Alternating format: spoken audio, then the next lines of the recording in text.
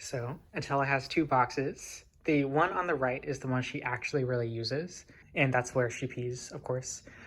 So I would recommend always having a box in the same position as the one on the right, so that she doesn't just pee because I moved the litter box, and that's just the place that she's used to peeing at.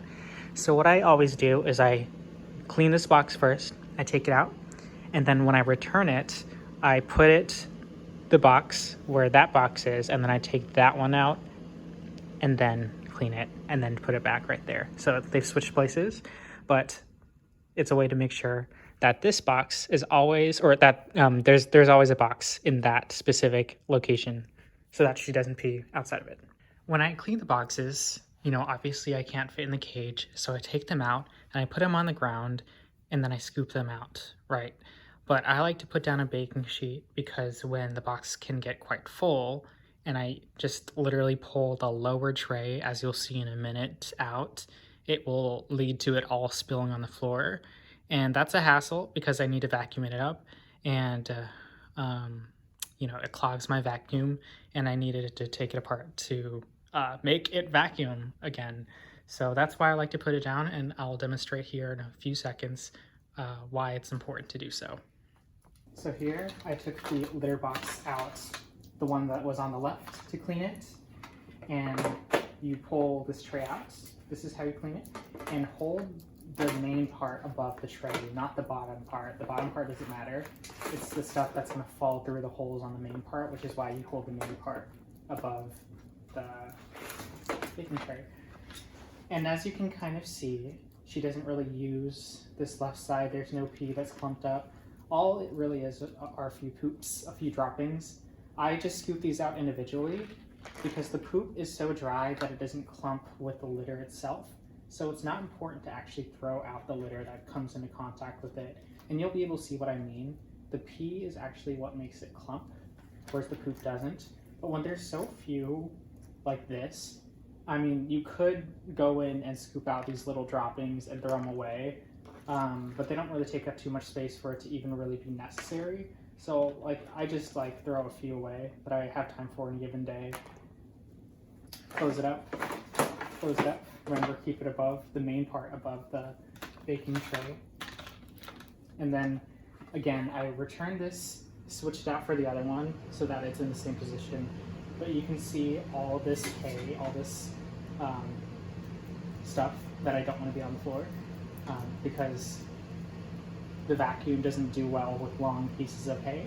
And you can just dump this in the trash can directly rather than having to vacuum it all up from the floor, and that's why it's important.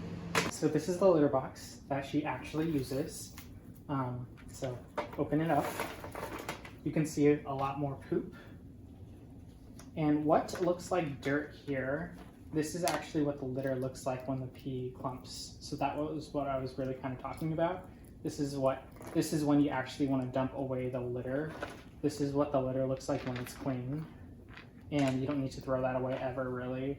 You only need to really throw away the poop as well as the clumped up pee in the litter. One other thing to remember, that as you're kind of scooping, sometimes it's very full, and when you scoop on the sides like this, you want to be careful that you're not pushing it over to the side, which then causes it to fall on the floor. So when you just always be cognizant and work slower when you're pushing it and it's leading to mass getting higher up against the side, and make sure that you're not spilling because that's, would have to vacuum it up. Now, as you can kind of tell, the litter tray is now quite empty, given that I scooped out all the nasty stuff. So you're gonna wanna always, refill it when there's a significant amount of that's now missing, so that she can have a place to pee on.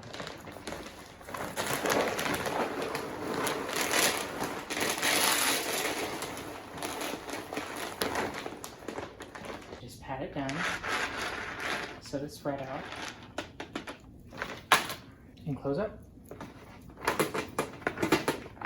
Sometimes it's tricky when the hay gets caught in the holes, and it makes it harder to close. Just force it close, and it'll close. And then, of course, dump all the waste that's on the baking tray into the trash, and then set the baking tray aside somewhere where you can use it for the next day. Because if it's gonna get dirtied up again and you don't need to use it for cooking or whatever else, and there's really no reason to clean it, so just set it aside for the next day. And if there's ever a point where some of the waste gets onto the floor, some of the litter, and you need to vacuum it up, I just ask that you first vacuum up it so that it's gone, and then apply a little bit of carpet cleaner, and then vacuum, like just go over it one more time, like this.